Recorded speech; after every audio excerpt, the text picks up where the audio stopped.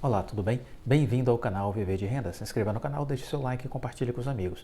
Nos acompanhe no Instagram Viver de Renda Canal. Meu nome é Cláudio Soleiro, sou formado em administração, consultor de empresas, investidor na Bolsa desde 2006. Tenho 30 anos de carreira profissional como consultor, trabalhando no meio empresarial.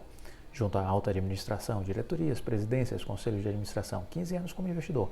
Criei o Viver de Renda para compartilhar com vocês essas minhas experiências, contar as minhas histórias, as coisas que eu vi, vivi e aprendi. Tenho certeza que isso vai mudar o seu jeito de pensar e de agir, você vai mudar de patamar. Vai entender o mundo empresarial, isso é essencial para ter sucesso na Bolsa. E vai entender um pouco mais sobre as dinâmicas do mercado financeiro, os fluxos da Bolsa de Valores, como as coisas se comportam. Né? Então, esse entendimento é essencial. Você precisa dedicar um tempo para aprender antes de começar a investir. Do contrário, vai continuar cometendo erros, equívocos e perdendo dinheiro na Bolsa de Valores. A grande maioria das pessoas perdem dinheiro na Bolsa de Valores. Essa é uma realidade. Poucos ganham dinheiro. E os que ganham, ganham porque conseguem investir de um modo acertado. Então a gente precisa mudar o nosso mindset, mudar o nosso jeito de pensar e agir para ter sucesso no mundo dos investimentos. Começo falando de Bolsa de Valores neste vídeo. E o que é que eu quero destacar? Nós, em junho deste ano, fizemos uma máxima histórica em real. 130.600 pontos, mais ou menos. Muito bem, o que é que aconteceu de lá para cá? Uma profunda correção. A política atrapalhou muito, prejudicou muito a Bolsa. A Bolsa brasileira chegou a ser a segunda pior bolsa do mundo, acredite, apenas à frente da Venezuela. Isso é uma coisa surreal. O Brasil, na sua bolsa, estar à frente apenas da Venezuela, que é um país mambembe, né? Então, veja a que ponto chegamos. Chegamos numa profunda correção, batemos lá na casa dos 100 mil pontos.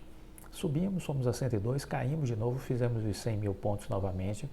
E aí meio que se estabeleceu o que na análise gráfica, na análise técnica, a gente diz que é um fundo duplo, uma região de forte suporte, de forte, vamos dizer assim, suporte mesmo, né? De uma região de resistência para não cair mais. A partir daí ficou lateralizando, subia um pouco, descia. Quando rompemos os 105 mil pontos, iniciamos aí uma trajetória de recuperação. Até onde vai essa recuperação? Bom, quero destacar que isso estamos falando de início de dezembro para cá, e essa recuperação ela vem exatamente no rastro do que a gente diz que comumente acontece no último trimestre do ano, que é o rally de alta. 70% dos anos, nos últimos 20 anos, 70% das vezes a bolsa sobe nos últimos meses do ano. É o chamado rally de alta. Esse ano não subiu em outubro, não subiu em novembro, então atrasou bastante esse rally de alta e apenas no início de dezembro que começou esse rally. Estamos nesse rally de alta. Ele vai até onde? Vai até quando? Essa é a grande pergunta. Temos resposta? Óbvio que não. Óbvio que não. Mas o que é que a gente pode projetar com base em experiências de vida na Bolsa de Valores?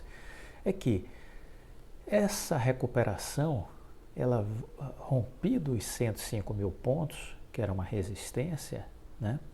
Rompido os 105 mil pontos, nós estamos buscando os 110. Já fomos até 109 e estamos buscando os 110. Na hora que a gente chega nos 110, o que é que acontece? O próximo alvo imediato são os 115 mil pontos. Então, passando dos 110 mil pontos, a gente busca naturalmente os 115 mil pontos. Aí há uma zona de resistência maior e é possível que aí haja uma tensão para uma realização, que pode ser uma realização de curto prazo, para ganhar oxigênio, força, energia e voltar a subir e romper essa região dos 110, dos 115 mil pontos, em busca de o quê? Em busca dos 120. Isso pode acontecer até 31 de dezembro, eu acredito que essa é uma tendência. Aonde estaremos no dia 31 de dezembro? Não sei, mas eu entendo que estamos no rally de alta. O rally de alta se esgota no final do ano? Não. Normalmente ele entra no calendário do ano seguinte. vai variar muito de ano para ano. Às vezes ele se encerra nos 10 primeiros dias de janeiro, às vezes na primeira quinzena, ao chegar ao término da primeira quinzena, às vezes na terceira semana, na quarta semana. Já vi a trajetória de alta perdurar até o início de fevereiro, até 8, 9, 10 de fevereiro, subindo consistentemente a bolsa. O que eu espero para 2022?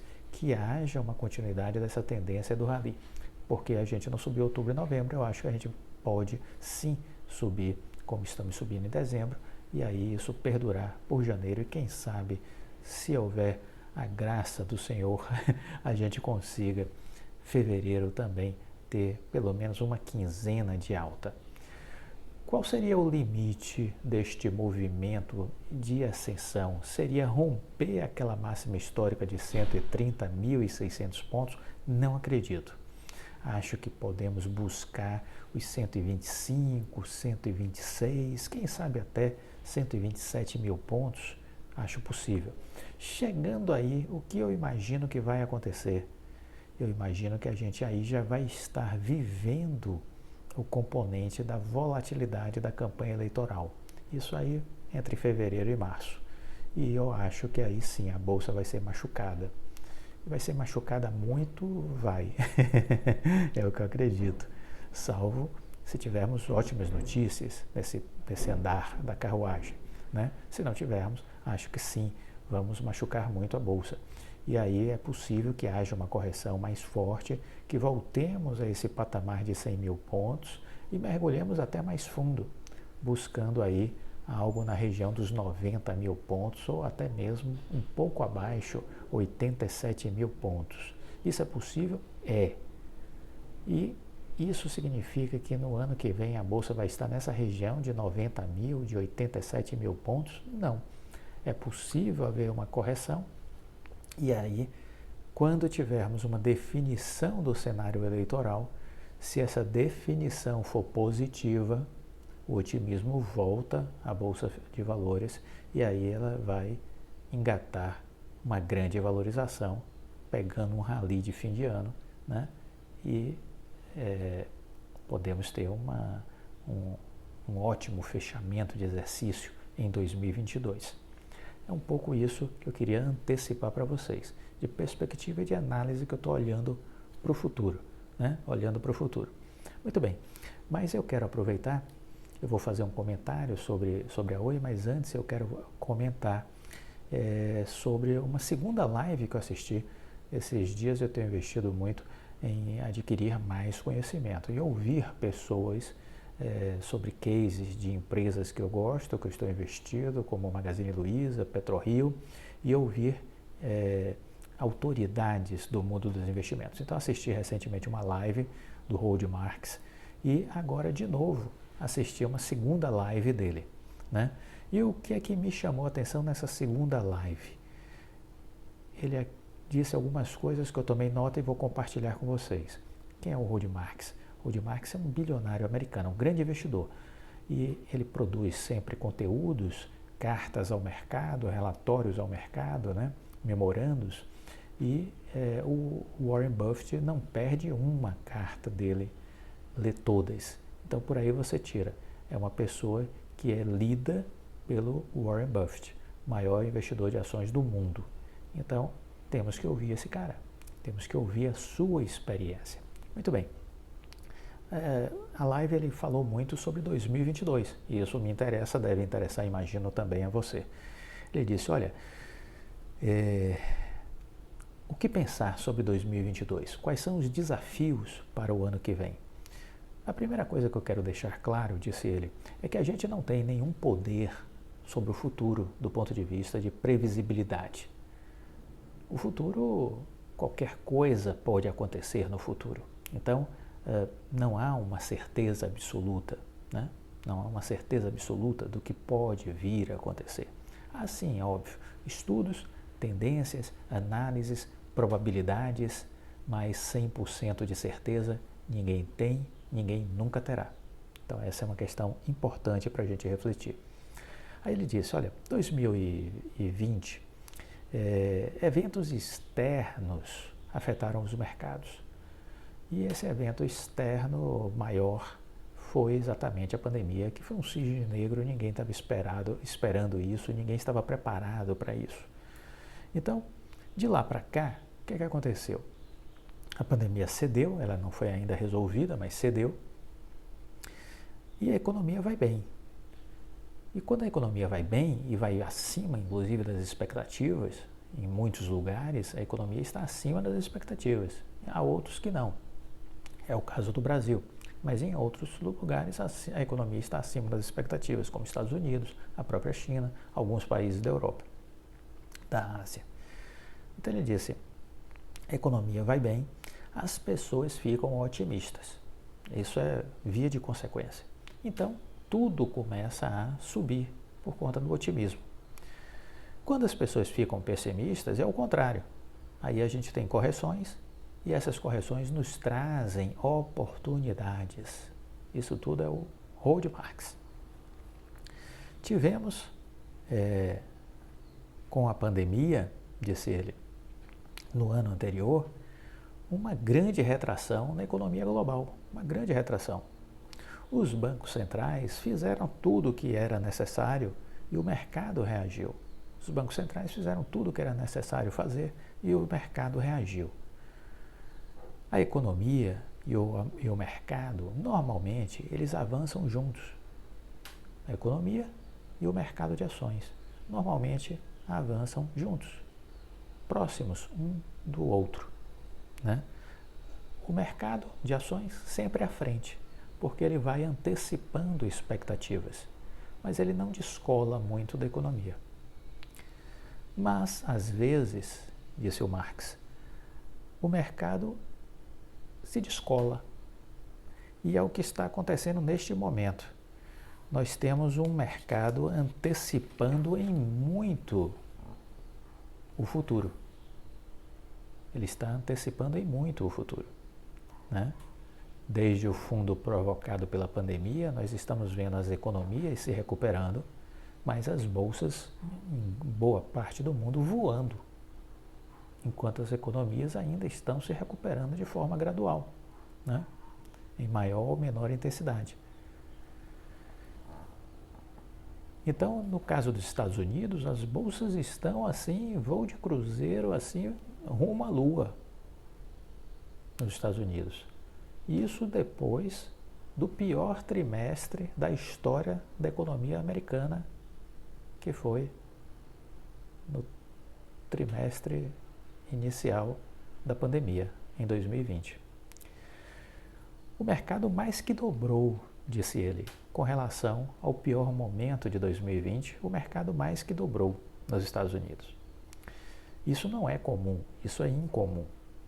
Eu posso olhar para isso de um modo negativo, olhar o lado vazio do copo. Você, poxa, as ações subiram demais, isso não está certo, é melhor ficar de fora. Mas eu também posso olhar de forma positiva e dizer, sim, as ações estão altas, mas ainda há muito crescimento pela frente. Ainda há muito crescimento pela frente. Estamos só no início de um ciclo grande de expansão. Estamos só no início de um ciclo grande de expansão. Então, veja, essa é uma grande lição que a gente precisa ter. Quase tudo pode ser visto nesta vida de duas maneiras: com um viés positivo ou com um viés negativo. Cabe a nós decidir o que queremos ver. Cabe a você decidir o que você quer ver, o aspecto positivo ou o aspecto negativo. E com base no que você quer ver, você vai tomar uma decisão. E ser responsável pela sua decisão. Então, diz o Howard Marks, nós não sabemos o que vai acontecer com a inflação, por exemplo. Ela vai durar muito tempo? Ou será uma inflação de curto prazo? E aí eu quero deixar claro, disse ele, que para mim curto prazo é 1 ano. E longo prazo, antes que vocês me perguntem, estamos falando aí de 3 a 6 anos, disse o Howard Marks. Bom, então Na verdade, essas coisas, quando a gente pensa de forma estrutural para o futuro, a gente não tem respostas. Qualquer um que diga que sabe o que vai acontecer no futuro está enganando você ou enganando a si mesmo.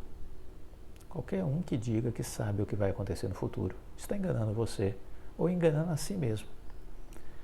Portanto, minha ideia principal nessa fala é: se prepare para os cenários possíveis. Avalie as possibilidades, as probabilidades. Olhe as empresas em crescimento. Me parece uma boa ideia. Olhe as empresas em crescimento, com potencial de crescimento. Uma das coisas mais perigosas é você achar que sabe o que vai acontecer, pois acaba fazendo grandes apostas em algo que pode estar errado. Então não abra mão jamais das dúvidas. Tenha sempre dúvidas. Sempre faça perguntas. Sempre faça perguntas. O cenário macro nos mostra que nós temos um problema de escassez, porque existe pouca oferta de determinados produtos. Do outro lado, você tem pessoas que saíram do isolamento social e estão querendo consumir, então há uma procura em alta, contrapondo-se a uma oferta em baixa. Isso vai gerando desequilíbrios e pressões inflacionárias, óbvio. Nós temos também milhões de pessoas que estão desempregadas. Mas isso também é conflitante com o outro lado da nossa economia, pois há muita gente que não consegue ocupar as vagas disponíveis no mercado de trabalho, porque exigem determinadas qualificações que as pessoas normalmente não têm. O trabalho remoto ampliou também as possibilidades. Muita gente hoje pode trabalhar em casa e estar contratado para uma outra empresa em outro país, em outra cidade, em outra região, ganhando às vezes em outra moeda, em dólar, em euro. Essa competição pelo trabalho no mundo, ainda potencializado por essa questão do trabalho remoto, fez com que houvesse uma pressão também de aumento de salários, de bônus. Tudo isso acaba também pressionando a inflação. Assim que as cadeias de abastecimento globais estiverem sendo normalizadas, que as pessoas voltarem ao ambiente físico do trabalho, será que as coisas vão entrar definitivamente nos trilhos ou ainda haverá algum desajuste estrutural? Difícil dizer. Difícil dizer. Se há expectativa de alta de preços, as pessoas acabam comprando agora, antecipando-se. E isso faz com que os preços subam. É aquela história das profecias autorrealizáveis. Expectativas acabam induzindo e afetando os comportamentos. Temos que pensar sobre isso. Há mais conteúdo para falarmos sobre o Howard Marks dessa live. Farei isso num vídeo na sequência. Tá gostando? Deixa o like, compartilhe com os amigos. E no próximo vídeo farei também um comentário a respeito de posicionamento da Oi, que eu disse aqui que ia fazer, vai ficar no complemento do vídeo logo na sequência. Deixa o like, compartilhe com os amigos. Fiquem com Deus e até a próxima. Tchau.